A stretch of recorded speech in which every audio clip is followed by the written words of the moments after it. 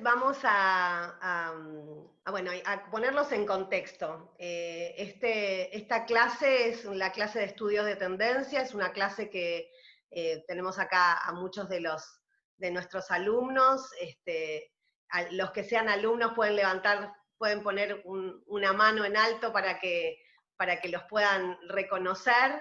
San Martín, Facundo, Ángeles, bueno, van a ver a Lara, ¿sí? Julieta, Camila, ¿sí? Entonces, bueno, tenemos un grupo de estudiantes. Esta etapa en nuestra carrera es la etapa en la que los estudiantes están preparando sus entregas y sus exámenes. Son 2 semanas en las que no hay clases y en las que ellos hacen consultas con los profesores de manera libre para poder llegar a dar todos sus exámenes. Por lo tanto, el día de hoy, quienes están aquí están porque desean participar, no es una clase obligatoria, sino es una clase a la que yo los invité para poder compartir 2 cosas que me parecían importantes. Por un lado, Bárbara Guarducci, que fue mi maestra, fue maestra también de Ana y Fernando. Ana Livni y Fernando Escudar son uno de los estudios más importantes de diseño de Uruguay. Junto con ellos hay otros diseñadores de Uruguay en este momento con nosotros. Y me pareció interesante poder mostrar parte de lo que fue mi propia formación a través de la voz de quien fuera mi maestra y con la que tengo el honor de seguir trabajando juntas en algunos proyectos. Y en la segunda parte de la clase abierta invitamos a Mariano Alessandro, que es el líder de un proyecto que es súper interesante, que es este concurso latinoamericano de diseño, de design, para los que no son argentinos o que no hablan español, los brasileños que están hoy también aquí. Va a presentar el primer concurso que se abre en América Latina, financiado por esta entidad danesa que es Index, tiene el mayor premio de diseño del mundo, que es Design to Improve Life. Es un premio que existe desde el año 2005 y que lo que procura es llamar la atención de aquellos diseñadores que se puedan sentir como agentes de cambio y con proyectos de diseño que son validados en función no tanto de su estética, sino de su impacto social. Entonces, ese concurso fue un concurso que pregnó en el diseño de nuestra carrera de diseño UDESA, y por eso también a nosotros nos pasa que tenemos hoy en día las nuevas camadas de diseñadores o de futuros diseñadores que ingresan a diseño UDESA, muchos de ellos la opción fue estudiar medicina o estudiar diseño, diseño, es como gente que tiene mucha vocación de hacer algo, de aportar al mundo, y creemos que ese es como un perfil que nos interesa en nuestros alumnos. Pero más allá de esto, la idea de arrancar con la clase de Bárbara tiene que ver con, por un lado, mostrar en su propia percurso, en su propio trayecto profesional, cómo fue evolucionando, no como las tendencias dentro de las tendencias, cómo fue evolucionando nuestra propia profesión desde finales del siglo XX hasta la actualidad. Y un poco lo que a mí me pareció clave plantear, y es que una cosa, por un lado están las tendencias, pero las tendencias se arman, se construyen con el grano de arena y la vocación y la voluntad de transformación que tienen las personas, que tenemos nosotros. Y para mí Bárbara muestra también esa vocación y esa transformación en su propia profesión. Desde ese lugar me pareció interesante, y luego ella mostrará ese proceso y al final va a compartir con nosotros un punto de vista, su punto de vista dentro del mundo de la moda respecto de las tendencias. Nosotros en la materia no hemos visto tendencias desde el punto de vista de la moda, y eso también lo quiero compartir con quienes están aquí, que es la primera vez que se acercan o descubren la carrera. También para eso invité a tanta gente querida o que respeto mucho. La carrera tiene características particulares, no solo la primera carrera de diseño transversal que tiene Argentina, la segunda en América Latina, sino que en general cuando se habla de diseño te preguntan diseño de qué, y nosotros no tenemos esa respuesta, sino que tenemos integrados de alguna manera la mirada del diseño y formamos más a estrategas de diseño que luego van a decidir más adelante en su carrera qué especialidad o qué característica particular o qué diseño le van a dar finalmente a su acción. En ese sentido, yo que vengo del mundo de la moda, lo que hice fue ceder ese espacio y fue maravilloso y fue grandioso poder hacerlo porque más es lo que he aprendido que lo que he venido a compartir exactamente mi rol profesional. Entonces, lo que también hicimos con los alumnos es crear como un homenaje en este primer semestre. Los alumnos hicieron una investigación de tendencias en la educación de diseño, para entender más cuál fue el diseño curricular en el que estamos parados, y descubrieron cuáles son las referencias que tuvimos, muchas de ellas en la región, pero también en otras partes del mundo, en Dinamarca. Index es una de las referencias, entre otras, y también descubrir cuáles son algunos valores particulares que tenemos, ¿no? Alex fue el director de la carrera, fue colega de Bárbara en aquel posgrado Mercosur Design, y él decía que había una parte de la carrera que él tenía referencias de otras, pero otras que simplemente salían de la necesidad local, de la búsqueda de referencias o de soluciones para unas lógicas locales, pero que muchas veces no se podía decir esto porque en América Latina siempre hay una necesidad de saber en qué otro lugar del mundo se hizo. Y a veces simplemente las cosas van saliendo porque van respondiendo a las lógicas locales. De eso se trata el concurso que nos propone Index, es cómo podemos nosotros resolver el fuerte impacto que tiene el coronavirus, que va a tener y va a seguir teniendo el coronavirus en nuestras comunidades, y también de eso se trata la experiencia personal de Bárbara, ¿no? Contar, esta es mi realidad, este es el enfoque que tengo, este es el problema que tengo para resolver, y así van surgiendo. Entre los holas generales que voy a decir y agradecer, y ahí sí te dejo, Bárbara, hoy tenemos entre el grupo externo, a nuestros alumnos, a periodistas especializados en moda y en diseño. Está Celeste Nacimbera con nosotros. Celeste, muchas gracias por estar aquí. Hablé con Ana Torrejón, que es la directora del Oficial, quien también es una gran apoyadora, una fuerza importante para promover el diseño. El equipo de 90+10 también está con nosotros. Ayer estuvo ya vociferando estas clases, y se van a ir uniendo otras periodistas, está Vivian Urfey, y periodistas del área de moda en particular, que se van a ir sumando, Bárbara, porque están en cierre de sus notas en este momento. Para mí es importante que ellos estén porque las voces del periodismo siguen siendo importantes, nos marcan, nos guían y nos ayudan a mejorar y también a contar lo que estamos haciendo. Y después tenemos a muchos profesores de la carrera, y en ese sentido muchas gracias Alejandro Pisitelli y Julio Alonso. Qué suerte que pudiste, Julio, venir, aunque sea un ratito, sé que tenés hoy exámenes o clases. Ellos están al frente de una materia que, al igual que otra que dicto, que es prospectiva, junto con un colega, con Gustavo Konigser, ellos tienen también la suerte de estar al frente de una hermosa materia que se llama estudios, ustedes no son estudios de tendencias, sino escenarios futuros. Estas son las materias que tenemos en la carrera, prospectiva, estudios de tendencias y escenarios futuros, vienen como de alguna manera relacionadas, y me da mucho gusto que puedan estar. También están Miki Friedenbach y Laura Levy, que son de la materia mercado, bueno, entre otros. Así que bueno, voy a arrancar. Gracias, chicos, por venir y acompañarnos. Este regalito es para ustedes. Bárbara, simplemente decir que Bárbara es una diseñadora textil y de moda, es una experta en tendencias, la conocemos con los compañeros con los que estudiamos con ella desde principios de este milenio. Ella ya venía trabajando para View Publishers son la editorial que está al frente de una de las revistas que de toda la vida comprábamos cuando viajábamos a Premier Visión. Este año, bueno, cambió un poco el escenario, pero siguen estando estas revistas al frente.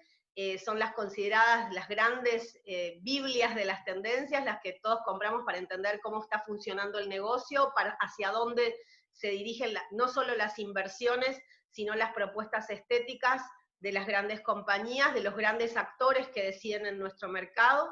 Y bueno, la conocimos allí y conocimos también su percurso como profesora de muchas instituciones. Nosotros la conocimos allá en una escuela italiana, pero bueno, siguió su proceso en otras escuelas. Y bueno, nada, me parece que es interesante ver también su percurso como diseñadora de producto, que ahí nos contará cómo ha ido trabajando y desarrollando una carrera que se volcó al diseño sostenible de todas maneras. Así que bueno, nos vemos acá en tu clase, Bárbara. Me voy a poner en mute para dejarte al frente. Okay. Al final de la clase de Bárbara vamos a tener un espacio para preguntas, ¿sí? Okay, so grazie Laura, muchas gracias, thank you very much. So English, okay, I will speak English, and I'm very honored. I have a long relationship with Laura, friendship and professional relationship, and I admire very much her work and the work of all my friends in South America, and she gave me the chance to get to know this beautiful continent, some of the countries of this beautiful continent, and I'm always every time I come, I'm always very much, it's always very interesting to notice your original point of view and very much forward thinking. So I'm kind of scared to give my class today to you, but it's okay. It's great, and I'm super happy. Although the moment is very, very challenging, and so it's a big responsibility to share the vision for the future, because the future is very unknown. But a few things we know, and we should focus on them. Okay, so I will share my screen.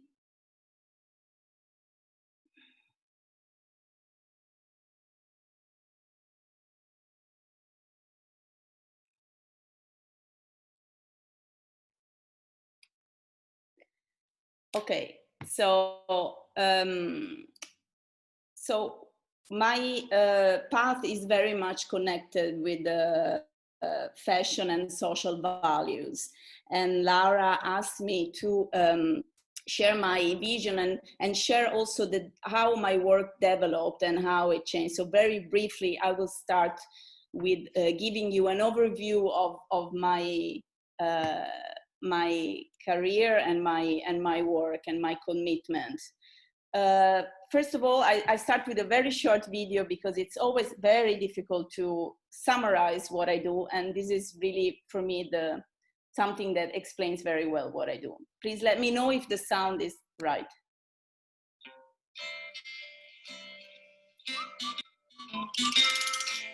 I am a designer and creative director involved in textile and craft design projects that bring social value throughout the world. I believe in design and ethics lead to honest quality, humanity behind products, the Made In Manifesto, reinventing and bring purpose to crafts and local know-how through original design work. Creative thinking as a tool to make the world a better place. Curiosity is my driving force. Okay, so I talk about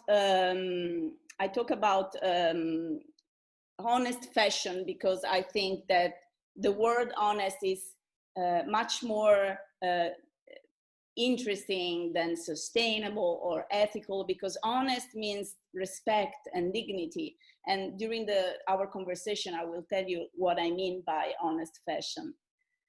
So my background, as Laura said, I have been working for now my first client, and still is my client and my family, is Textile View magazine. So I started working with them when I first graduated from school and never stopped. So of course the work on trends and on the research of trends has changed very much during the years, but Textile View has proved to be one magazine that is really connected with the market and connected with the trends, and it has been evolving and changing during the years.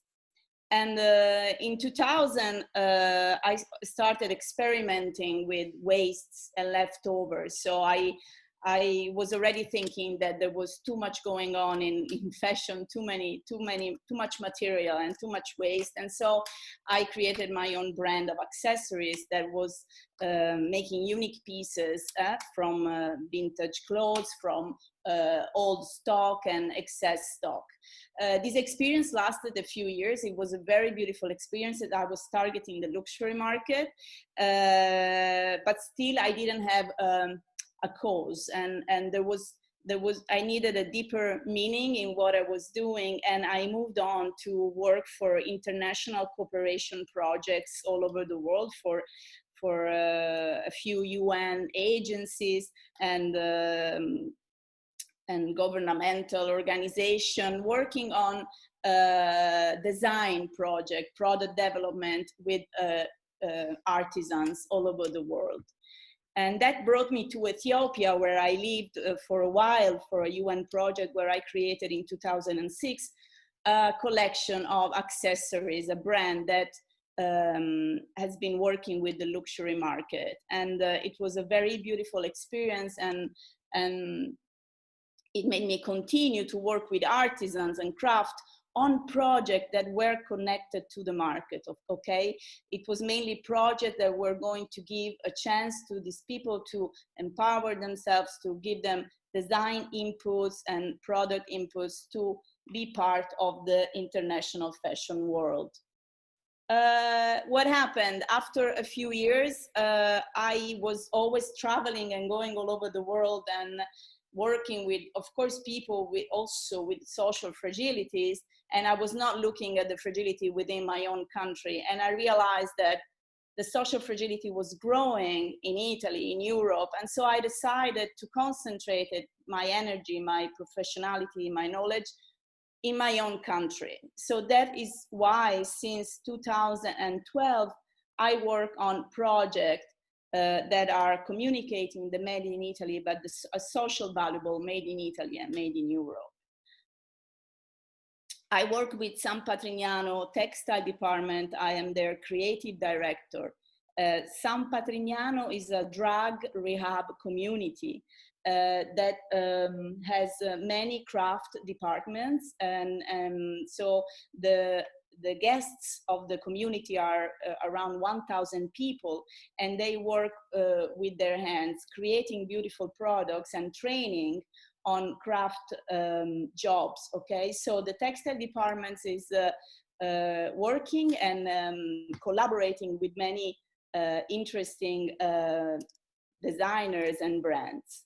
Another very interesting reality that I work with is called Manusa, which means human being in Sanskrit, the word Manusa. And it's a social cooperative that works with refugees and with women with social fragilities within the territory of central Italy.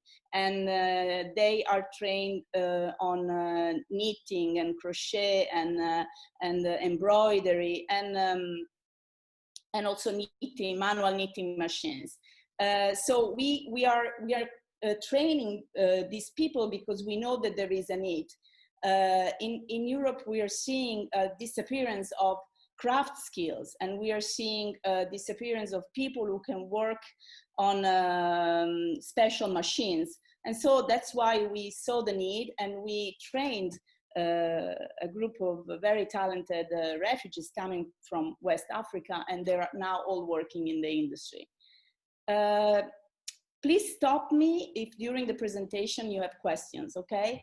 So working with pre and post-consumer waste and working on creative mending projects and all activities and projects that are showing that there is another way of doing things. And there is another way of doing things at a very high level, okay? Because this is what I want to prove, that social projects are not only charity project. They are projects that can work with the luxury industry.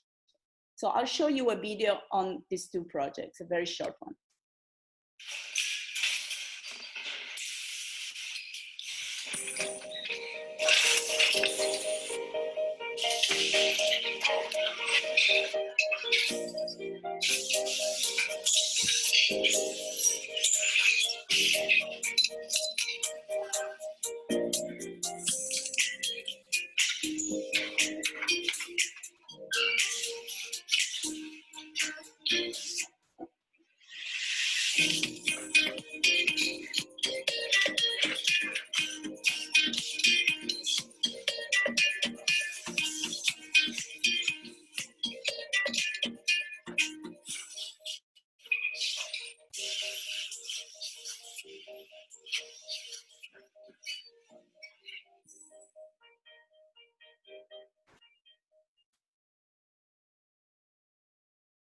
Okay, so this is a very brief presentation of the two projects that are amazing because they train artisans that are young people with social fragilities that change, the course of their life changes because of craft, okay? So some examples, San Patrignano has just done a collaboration with Ermenegildo Zegna, creating fabrics for their last collection. They have created textiles. We have created textiles for Victoria Beckham.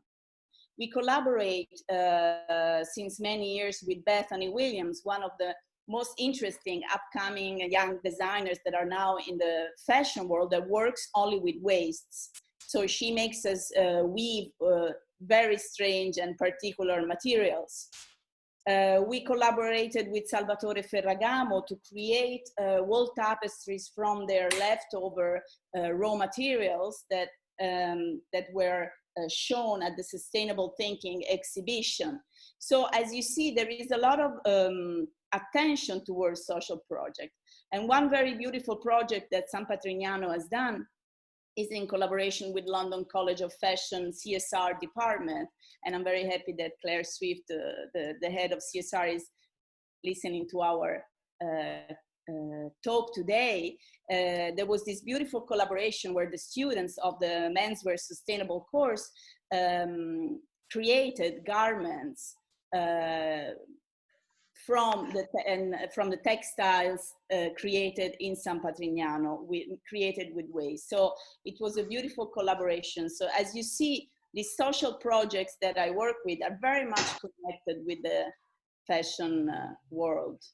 And of course, there are prison projects that are worth a word. One is the one of London College of Fashion, Making for Change, that is working in a prison project in Downview in London, and creating and giving a chance for people to train on stitching and then going to work for the industry. Of course, in Italy, there are also a few interesting projects that I have been working with. So this is just to tell you that, like I'm like what Lara asked me to share with you. I decided at a certain point of my career that I wanted to work to I wanted to do a profession where the human being was at the forefront of the whole process, okay? Thinking about people before thinking about products, okay? So what is mainly my vision? So we need to merge design and ethics because we need to do honest quality products, okay? So our ethics in our private life has to be our ethics in our work, okay? so now there is no, I mean, we could talk about this in the past, but now there is no more time. This is what has to happen, okay? We need to recognize that there are people making things. And I think all the people that are listening to this conversation today are thinking, okay, but that's what we always think. But that's not what everybody else is thinking. So even now, after all this crazy time of the coronavirus, we have realized that there are some more fragile people that are making our clothes that have no recognition, and others who are privileged. This has not to stop, and that's why the world has to take is taking another direction. So celebrate the people behind the products. So the values we have need to be involved in our creativity and create inclusivity through creative projects. So it is important to celebrate the beauty of the handmade, no? The healing power of craft. This is super important because we're witnessing with our social project every day that people change their lives through making. And then, of course, the most important thing is to make traditional craft. And I think when I say it to you in your countries that you have an amazing craft that fortunately for you is not disappearing as it is in Europe. We have craft, but we need to make it contemporary, okay? We need to transform it. We need design to transform it. And then, of course, my new next step in what I'm doing is to rethink what is already made. I'm not interested anymore in making new stuff. I'm interested in people behind products, and I'm interested in working with wastes, with excess stock. There is already too much stuff in the world that I don't think is needed to make new products. I think it's now time to rethink what is already made. Okay, so that's why my last project, and then I stop talking about myself and we talk about the world, is called Mending for Good, which means to mending like mending a system. And for good can mean many things, can mean forever, can mean for a good cause.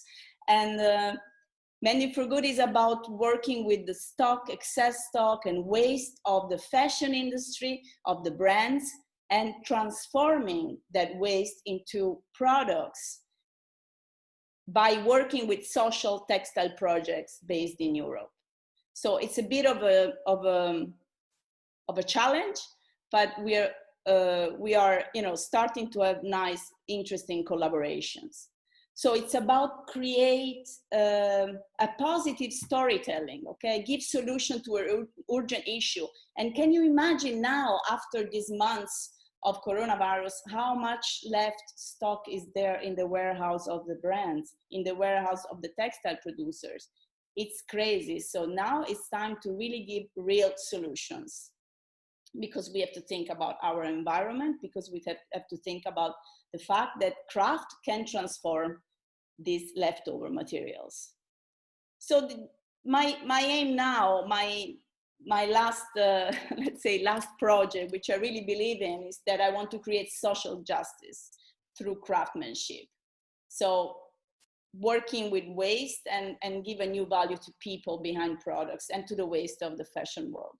So as Laura was asking me, so how did my work develop? This is how it developed. It developed to the point that I don't think there is any more need to do anything new. I think now is the time to think out of the box and do creative projects. So that is why I really admire your course, your university, that has such an original approach. And it is not about only fashion, it's about observing society. And that is why I came up with my Mending for Good project, because I observed society. I observed that people need to cherish their garments, need to cherish what they own, and need to cherish people that are transforming their garments, people that are working in craft. I think I think I'm aware of the fact that fashion is a very strange world, but I think that we can bring a positive change to this world with new ideas. Okay, so is there any questions up to now?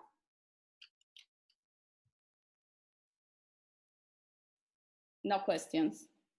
Miguel, si alguien, ahora sí, si tienen preguntas, pueden levantar la mano y Miguel, nos deberías dar micrófono para poder comunicarnos con Bárbara. ¿Sí? ¿Alguno tiene alguna pregunta? ¿No? ¿Sigamos adelante? Okay, vamos adelante. Okay. So let's look at the world now. I mean, it's a pretty difficult to talk about the world now because it's a world that has to rethink itself totally. So one first, most important thing, we have realized that nature doesn't need people, but we need nature. So we realize that nature is ready to evolve, but we realize that humanity is not. And we have been given an opportunity within this, of course, very tragic time to rethink our lives and rethink the way we live. And we have realized how much harm we have done to nature. And so we really need to rethink the system. But something that I'm really always discussing with Lara is that we can give so many poetic and beautiful overview of the world and how we should do it. But we really now need to have governments on board. We need to have laws, very strict laws. And I think we are, you know, those of us who are really believing in this are going to fight for that. So the human-centric approach that we have had up to now is not working anymore. And I was saying this before the coronavirus, and I think I can say it more louder now. So what we've done up to now has failed. So we really need to rethink the system. And I'm very much aware that apart from a few interesting people, the new and incredible ideas will come from the younger generations, okay, who are really thinking in a very different way. And I think you, Lara, are seeing them, your students, the people who are, the students that are listening to me now have a very different approach than we have had. We had rules in our fashion world, and now everything has collapsed. So these three words that are actually were inspired, I was inspired by these three words from the project that I showed you before that we have done with LCF, and it was the beautiful briefing that the dean of the menswear sustainability course, Tom Adams, did to the students, and these three words resonated to me, and I think they're very important to address. So if we think about the world now, we think about protecting ourselves, protesting, and surviving, okay? So protect ourselves from the outside world. There's fear. Although we are thinking positive and thinking about a positive, different future, there is really lots of fear. And then people protesting, going on the streets. We could mention so many different protests. And of course, the last, most incredible and most important one, the Black Lives Matter, that is really bringing, fortunately, changes and rethinking, rewriting the whole balance of the world. So people are protesting, going on the street. It's enough. Everything is enough. Our climate, you know, the Fridays for Future, this incredible movement that has become an amazing world movement. And of course, there's surviving, because there's people who are talking about things, and there are people who are really surviving because climate change is already showing its side effects. And of course, I mean, even you say we work in fashion and we have another role, but of course, all the young refugees we are working with here in Italy are all running away from wars and from climate change issues. And so what I mean, I'm really summarizing, okay? Many, because we could talk for hours about all the consequences. But what are the consequences of all this fear, of all this unsureness, of all this protesting, of all this surviving issues? What are the consequences for our life, for the fashion world, for our world? Okay, so basically, in a private sense, we're all searching for a nest in this chaotic world. So in the past few months, we've been obliged to be in our nest, but we actually, if we could do it, of course, because it's also a privileged thing to be able to have a nest and live in your nest, we could hide away from the outside world, and we realized how crazy our lives were, how neurotic and chaotic our lives were. So searching for a nest in the chaos means, the will to cocoon and to be in our own places and enjoy our house, our homes. And then, of course, I think something that comes more out is the caring, the concept of caring for people, caring for your family, caring for your neighbors, caring for your community, okay? Of course, here on the right, you see a funny label. It's also about caring for your clothes. Of course, we are talking also about clothes, but the concept of caring, we cannot anymore think about profits. We need to think about caring. And then, of course, this brought the unsureness of our days, brought the search for a new spirituality, whether it was going back to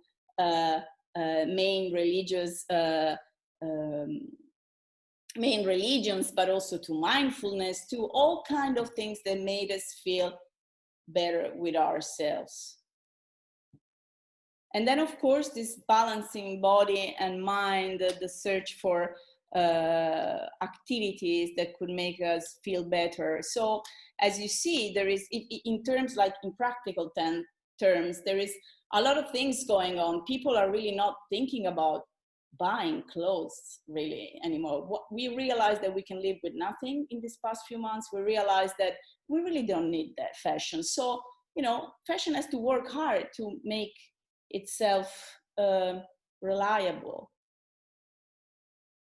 So of course we cannot talk about consuming anymore. It's such a bad word, and we have to talk about experiencing. But do you think people want to experience in a store? Do you think people want to experience and to buy something? I think people now want to experience life, the outside world, the nature. And, here in Italy, just to give you a very practical example, we are not in lockdown anymore, and we're slowly going back to normal life. All the holiday places in the mountains are fully booked. People are going outside. All the art cities, that were always full of tourists, Florence, Venice, Rome, are empty. No Italians is going to big cities. They're all going in nature. They're all going in outside places. So this is also very interesting. So we have a new vocabulary. During this lockdown, I've listened to many conferences and speeches, and I heard this new positive vocabulary, which I also found interesting, about the passion economy, about community interest companies, giving back profits. It's about a new way of entrepreneurship, and which sounds really interesting. So social values are in the conversation now. And to me, it's not about greenwashing anymore like it used to be. I think it's about really, making real changes. So we can either say that is a disaster or is an opportunity for humanity. I mean, we cannot really talk anymore. It's a real disaster, but it can become an opportunity. So it's up to us. And I think those of you who are listening now are more open-minded to this. And so, it's going to be an opportunity if, we all make real changes. Okay, so I go on if there is no questions. Okay. So the third millennium is made of dualism, okay? So even in terms of trends, you know, in the past for us, it was a little much easier. We all had a process to follow. We went to the trade shows of textiles, of yarn, of fabrics. We would look up those trends. We would listen to trend studios and gurus saying what they thought, and then we would read magazines, and then we would look at people on the street. But I think now everything has become so fragmented and so personalized that we really need to look in a very specific way. So what I realize is that our world now is really made of very strange dualism. So we are in a world where artificial intelligence is leading our lives, but at the same time we strongly seek for a contact with nature as human beings. So it's not that one is wrong and the other is right. I think those have to coexist. Okay, so I think we need science, and we need science for all the issues of environment and problems that, of course, the fashion world has, and we need solutions, technological research that gives solution. But of course, we also need a more deep use of natural materials and a more deep contact with nature. And then, of course, we are also ruled by algorithm, and we don't do anymore what we really think we want to do. But at the same time, we believe in human intuition. So these two go together. They live together. We have them both, and we need to balance that. And then this is an image that I always show because I think it shows really the contrast of our world and people surviving, refugees coming. This was an image of 2 years ago on the Greek coast and covered by the thermic blankets. And on the same day, I saw a post of Business of Fashion with the guest of the Givenchy fashion show they were called, and they were given this kind of blankets. And I thought, okay, this shows really, this really shows the problem we have in our world. There's two worlds who are at the same time having very different struggles. And then, of course, something which is going to be the issue for the next for the future is that globalized mass production is not working anymore, and localized manufacturing models which have been already present, some brands, small brands, young designers, they all chose localized manufacturing, and now I think, I mean, what I'm seeing is that all these big brands who have, you know, delocalized their production without even knowing where they were producing are slowly returning to produce within their own country or their own continent, which is, you know, something really interesting. And maybe, you know, also I think we have reached a point where they will produce less. We have seen regarding this is something aside from my presentation, but I've worked a lot in Bangladesh, and I have been in touch with friends who are owning factories and producing in Bangladesh, which have been left on their own with canceled orders and people that had to be sent home, workers without any salary. So this is from brands that were at the same time donating for the coronavirus, you know, emergency. So this is the problem of our world today. So I think, you know, everything has to be more transparent, and people have to demand responses and, you know, answers to all the questions about mass production and globalization and all this exploitation that there is in our world. And then one issue that we talk about this, I think, 20 years with my friends, Anna, Fernando, and Laura, is the fact that there is a need to go slower, and this fast fashion has destroyed the concept of fashion. And I think there is a need to go slower and to cherish our clothes and And I think the conversation is already there. You know, there is it's incredible. There is no more need to do so many collections, to do so many fashion shows. I think the slow concept is really slowly coming to place. And I think we're going to cherish a very different fashion world from now on, where there is service, where there is a connection between the client and the brand.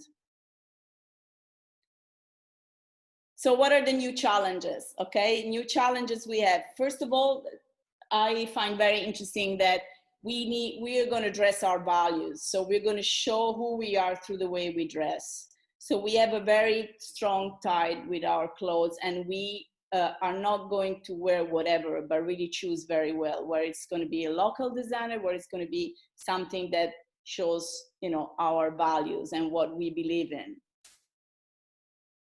And then we need to really have new concepts of design, okay? We really need to think design, and I think, I'm sure, Laura, with the course that you started with Alex, I'm sure you're doing that with your students, making them think in a different way, in an original way. And so we are witnessing very, very interesting new designers coming up with different way of thinking, very original, that are going very much against the big brands. And then, of course, we need to embrace technology and craft. Craft is beautiful, and it needs to dialogue with technology. There's not one against the other, but the two have to go hand in hand. And it's going to be a more crafted future. But of course, we have technology that will help us to have less waste, to create in a more sustainable way. And of course, we need to rethink genders. We need to rethink the whole fashion system. We need to think about diversity. We need to think about the fact that the new generation don't want to be addressed as one gender or the other. And we need to think in a different way. And as people working in fashion, or teaching fashion, or teaching other creative disciplines, we need to embrace activism. We need to be activists in the way we do things. And educate the public. And of course, Fashion Revolution, this world movement, amazing movement, is doing a lot to address the issues of fashion and ask for more transparency and educate the final customer, because if people don't know, they don't care, and people need to be educated on what actually making fashion means. And of course, I think this involves your course, the idea that you have, that you were saying at the beginning, Laura. So the multidisciplinarity is really a strength. So we need to really find a way to have an hybrid approach to knowledge. And I always tell also my students that, you know, this is something maybe that can be interesting about the fact of, you know, looking at trends. Before, when we were working on trends many years ago, we were looking at fashion trends, textile trends. And now it's different. Now we need to grab the idea of trends. If even we can still talk about trends in other sector, we need to look at art, because of course artists are the antennas of society. So we need to look and have a knowledge, and not be expert, but be curious. Look at art, look at design, look at all different worlds, because when you observe society, and this is also what I share with my students, observing, being curious, looking at the world outside, even the most simple things, make you understand how the future is going to proceed. And so of course we need to keep the contact with nature, and it's of main importance, and get inspired by it, of course, and always nourish our imagination. That's even if whatever job you have, whatever course of study you do, you were saying before, Lara, that your students were actually choosing between mathematics or design. Well, that's amazing, because you can be very creative as a scientist. You have to be creative as a scientist, and you need to be very creative, of course, as a fashion designer, but imagination can be nourished and needs to be nourished. Okay, so I have a few slides now about what I think about the new world. So shall I continue and finish? I think, creo que tendrías que, ya y vamos terminando para que los chicos de la clase y los no chicos y los invitados puedan compartir con nosotros, y en todo caso, tú después puedes hacer un cierre, ¿sí? Okay, so I finished I have a few slides, it's very short. Sí, por supuesto, Bárbara. Okay, so okay, for me the new world is about, of course I'm talking about my world, which is that of textile and fashion, okay? So it's about now creating and addressing this fear that it's all over the world, and work on defensive clothing, so protective materials, antiviral clothing. I'm very much connected with the textile district that there is here in Tuscany, and there are a few textile producers who are really working towards creating protective materials and textiles. So I think we're going to see a lot of collections that go in that direction. And then there is, of course, a growth in the handmade in, so handmade products, craft that have a sense of made in somewhere, made in Uruguay, made in Chile, made in Italy, made in UK. So the concept of made in is going to be very important. We're going to become more local, and we're going to cherish our artisans, our craft skills, our territories, our people, and communicate that to the world. And then, of course, to me, the future of making is not making at all. Okay, so this is actually this last slides is a research that I've done for Textile View magazine. And because we of course we have a conversation on the fact of talking about the future of making. What is it all about? To me, it's about not making at all. It's about transforming. And two examples that are really interesting here is, to me, Duran Latnik who is a Dutch fashion designer who is repurposing old stock from brands and has very special collaborations. So we can say that he's a modern contemporary couturier, because what he's doing is amazing, of really high quality, but he's not producing anything new. And of course, another one is Ellen Kirkham, who is a shoe designer that is recreating shoes from old shoes. So that is one very important trend. And of course, creating with a cause. So designers are as activists, okay? As I told you before, designers have to be activists, okay? And of course, I mentioned Bethany Williams, who's a dear friend of me and Claire Swift, and is also a person we work with, and has really a belief of making a positive change in fashion. But I also want to mention the Chilean designer Joana Diaz, because I think with her Telas del Futuro project, she is really showing that you can create fashion, but always tell a story and have a cause behind.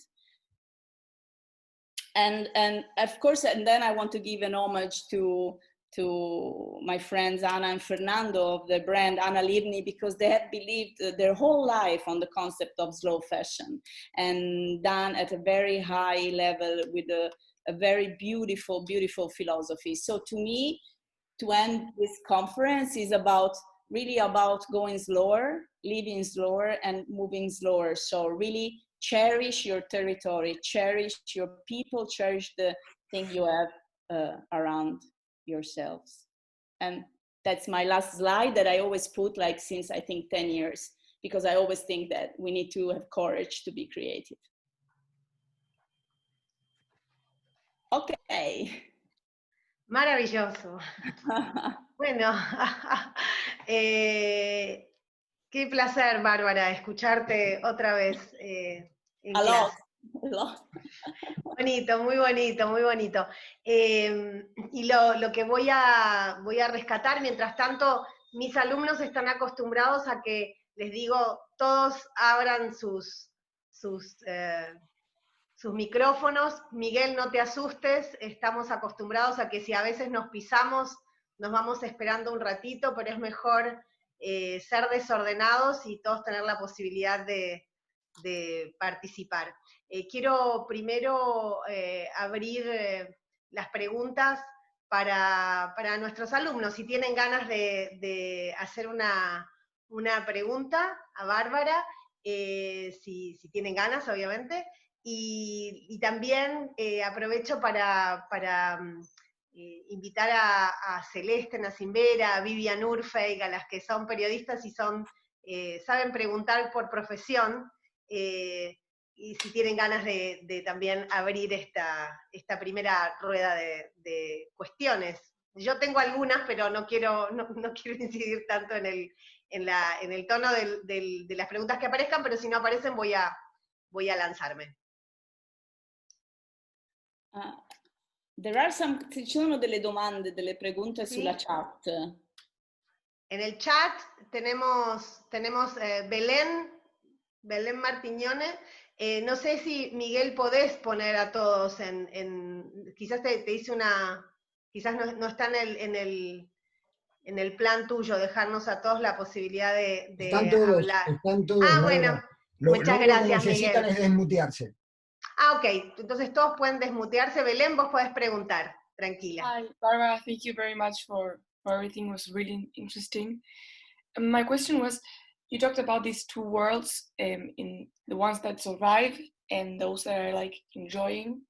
And how do you think we can join this and disappear this gap between both? And how can we help to disappear that gap that we have and that division maybe that we have in these two worlds? So I think through what I showed you at the beginning, the social projects that I collaborate with is actually working with people with very big social fragilities that are becoming very high-skilled artisans, that are working, that are creating for themselves a job.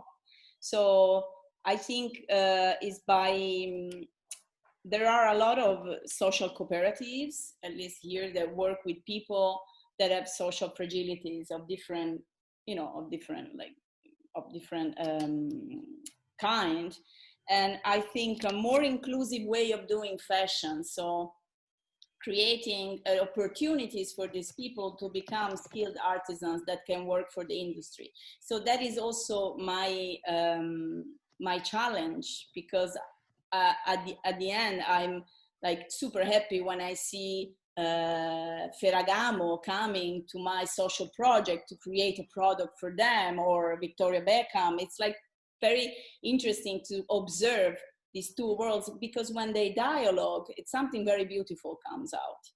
And so I think it's for us to make them dialogue is to give job opportunities to the people who are needing one, and create high-skilled artisans that can work for the industry of fashion.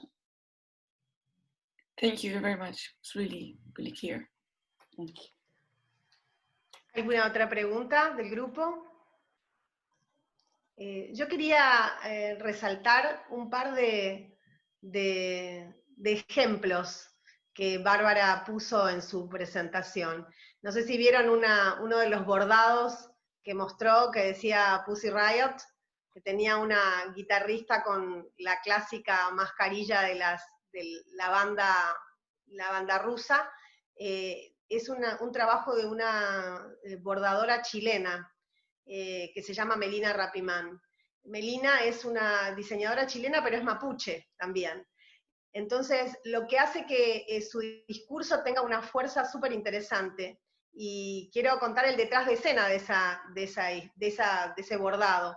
Melina se maneja muy bien en redes sociales y es bien activa, y alguien de la se le ocurrió mandarle este bordado a las chicas de la banda y la banda amó ese bordado.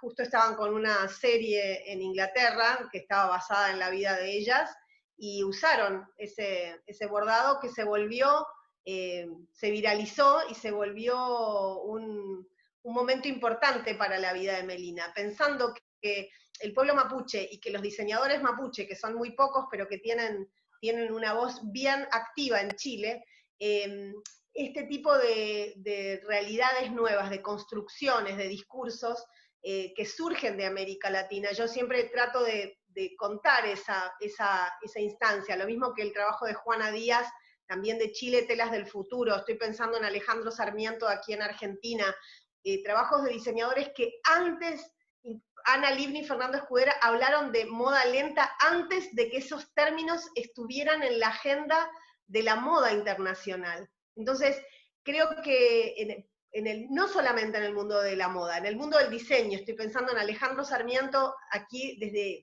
pienso en Ale, y también en Miki y Friedenbach, que en algún momento estuvieron trabajando juntos con el proyecto de Alejandro. Fueron temas que salieron de aquí, ¿no? Que fueron sensibilidades que estuvieron presentes en el caso de Argentina en un momento muy duro, en el 2000-2001, fue un momento muy grave para nuestro país, vivimos como esta especie de shock, un shock muy violento en términos económicos. En el caso de Chile, diseñadores que surgen desde rebeliones sociales como las rebeliones del pueblo mapuche, en el caso de Melina Rapimán, son instancias interesantes porque es cómo me autopercibo, desde qué lugar me percibo, cuál es la mirada que tengo acerca de en qué sociedad vivo y qué cosas deseo para mejor de mi sociedad. Y ahí van surgiendo ideas interesantes que van construyendo tendencias, que van empujando un camino, van mostrando visiones y son observadas, ¿sí? por otros, por el mundo, son inspiradoras.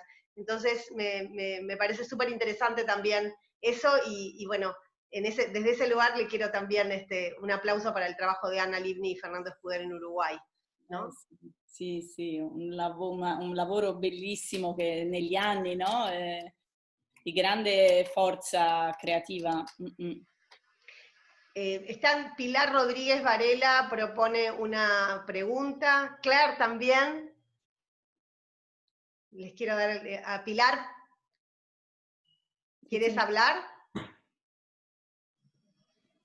Hola, sí. Hi, how are you? Hi. Great to meet you.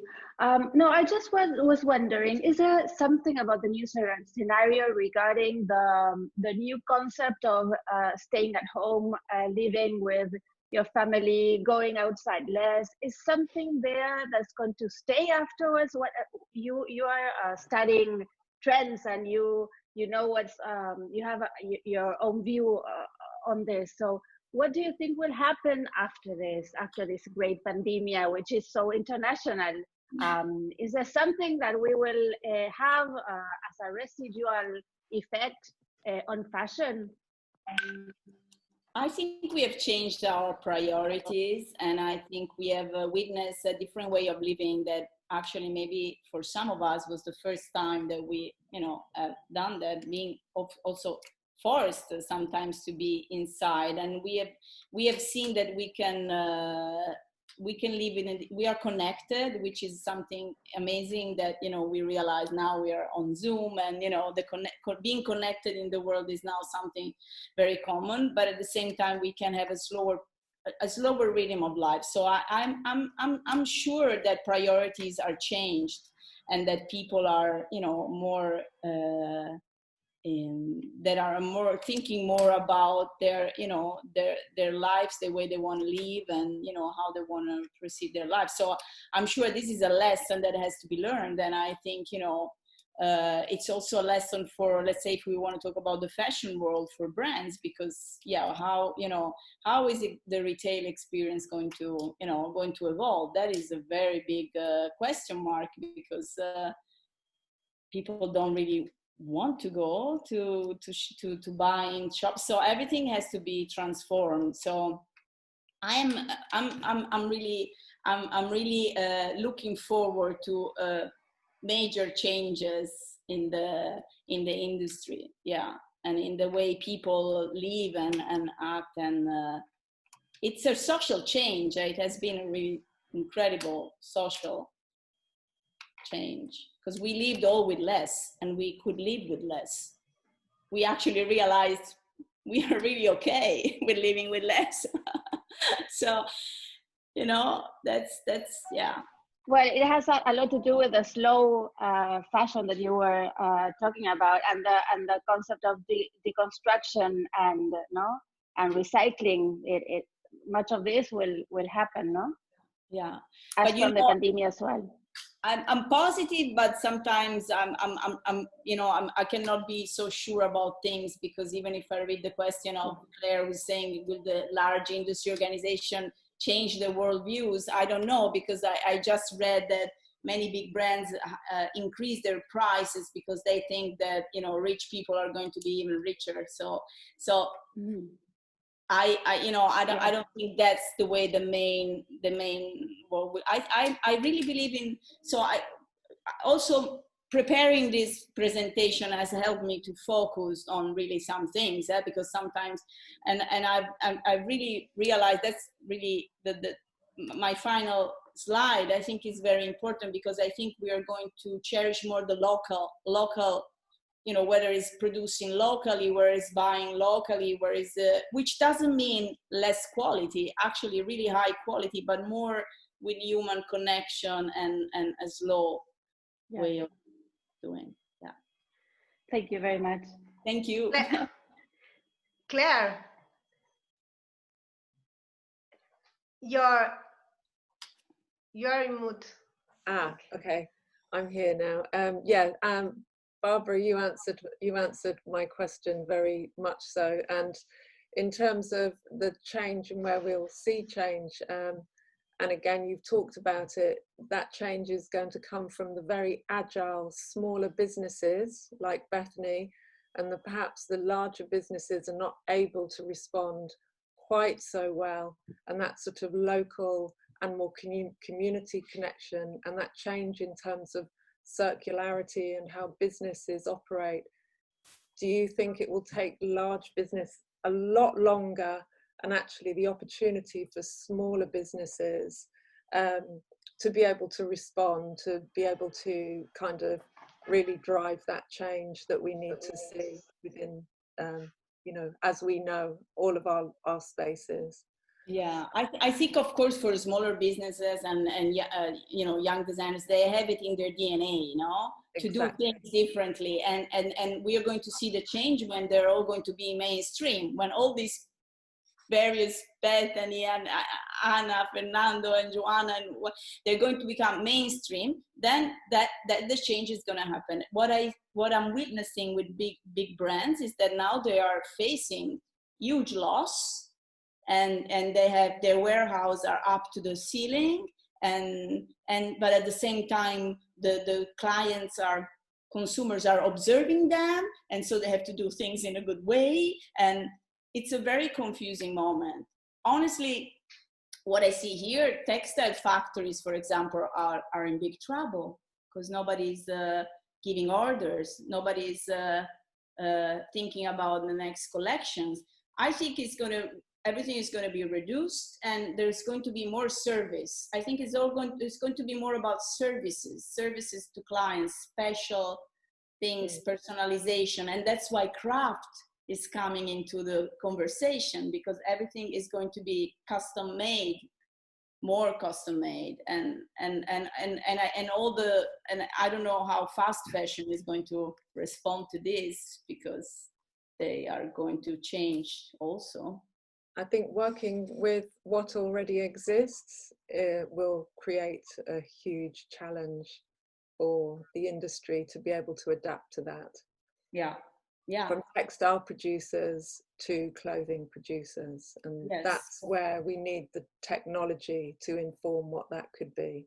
Yes, technology is the key, and that's why I said in the presentation, craft and technology have to dialogue together. It's not one against the other, but it's really a conversation to solve problems, because now for the moment we are an industry that is really crazy. So that's why it has to become, you know, smaller and more about human connections, more about creating, you know, with the beauty, not the materials, the beauty.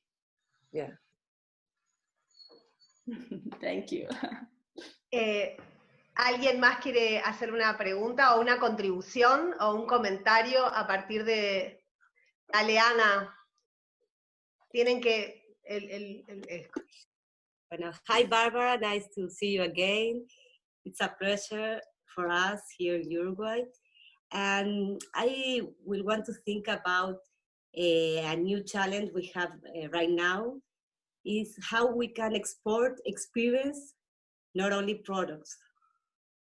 I think it's a big challenge we have because the changes of the traveling, no? People will not travel so much as they used to travel.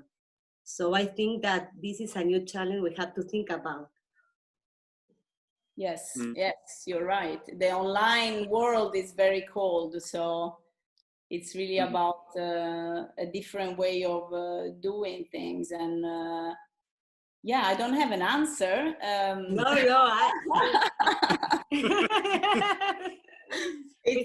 No, because your brand is really about the experience, because all the materials have a story, have hands that worked on them, and so I think I think technology will help you. I think, you know, making things more working with the senses through online, and I think that could be an idea. But I know this is a big challenge because everybody is going online, but then everything is so cold.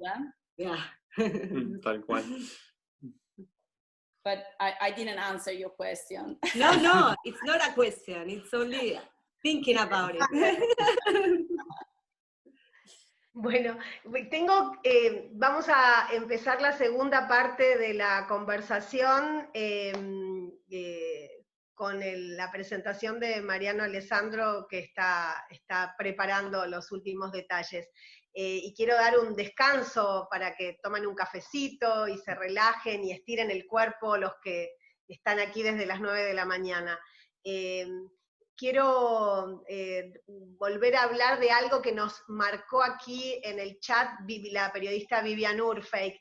Y Vivian, me gustaría que vos hagas ese relato y que cuentes qué día es hoy tan especial, este día de esta conversación sobre tendencias futuras para el diseño. Bueno, gracias Laura por la invitación. Voy a hablar en español porque todavía es muy temprano para mí. Hoy es el Día Internacional del Diseño Industrial. Aprovecho para saludar a Miki, que está en esta sala también. Feliz día. Me parece muy importante vincular la presentación de Bárbara con este momento tan particular que estamos viviendo en cuanto a lo multidisciplinario, donde esta cuestión que plantea Udesa también de diseño sin apellido en un punto, cobra muchísimo valor, donde la indumentaria y lo textil con lo gráfico, con lo industrial, hoy tienen un aporte muy, muy importante para todo el planeta. Así que bueno, justo es el Día del Diseño Industrial y estamos todos acá pensando en soluciones, innovaciones, cuestiones que se vinculan finalmente con mejorar nuestra calidad de vida. Así que muchísimas gracias por estos conceptos súper enriquecedores. Gracias Laura por la invitación. Gracias, Vivian. Bueno, gente amiga, los invito a que tomemos un descansito. Gracias, Bárbara, por tu clase, por acercarnos parte de tu historia. A mí me interesa mucho hacer este tipo de cruces, porque quiero contar las sensaciones que tengo siempre cuando estoy en América Latina, y voy a repetir una frase que utiliza todo el tiempo una periodista brasileña muy amiga que se llama Adélia Borges, y ella dice que repite a su vez la frase de otro periodista brasileño que habla acerca de una tortícolis intelectual por parte de América Latina en general. Y a mí me gusta hablar de esta tortícolis cultural que tenemos los diseñadores, de estar todo el tiempo volcando nuestras cabezas a ejemplos que suceden siempre en otros lugares y que obedecen a contextos que no tienen nada que ver con los nuestros. Cuando veo a Bárbara con sus presentaciones, incluir el trabajo de gente de todos los lugares que ella visitó, y donde está presente la voz de los que desde lugares muy remotos desarrollan nuevas ideas, para mí es clave, porque hay en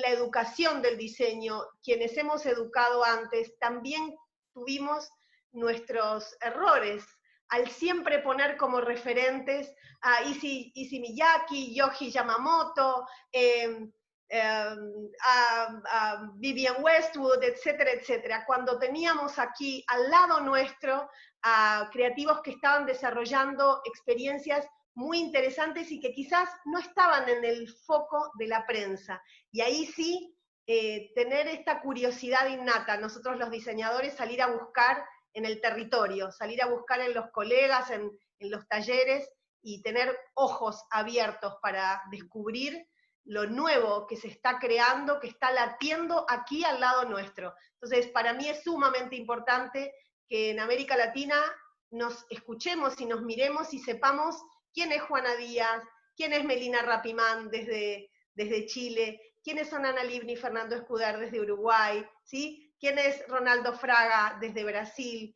¿Quiénes son los chicos de Docena argentinos que viven en Chile? ¿Quién es Martín Churba? ¿Quién es Alejandro Sarmiento? Digamos, estos son nuestros nombres y deberíamos tenerlos como grandes referentes de nuestro trabajo, y en ese sentido te agradezco mucho, Bárbara, que siempre tus presentaciones incluyen tus viajes por el mundo. Qué bueno. Grazie Laura, grazie, è stato un onore. Gracias. È sempre un onore. Gracias, Claire. Thank you, Claire, for being with us. Y gracias, Bea, por estar aquí en toda la clase. Bueno, chicos, en este momento se van a hacer pocos minutos, vamos a hacer de 5 a 10 minutos de recreo y nos encontramos para escuchar a Mariano Alessandro, que va a presentar este nuevo concurso que es tan importante, que lo desarrolla la gente de Index Project con apoyo del Banco Interamericano de Desarrollo por primera vez para América Latina. Vamos a ver cómo los latinoamericanos podemos hacer algo y participar de este concurso. Gracias a todos y nos vemos en un momento. A dopo, ciao. A dopo. Ciao.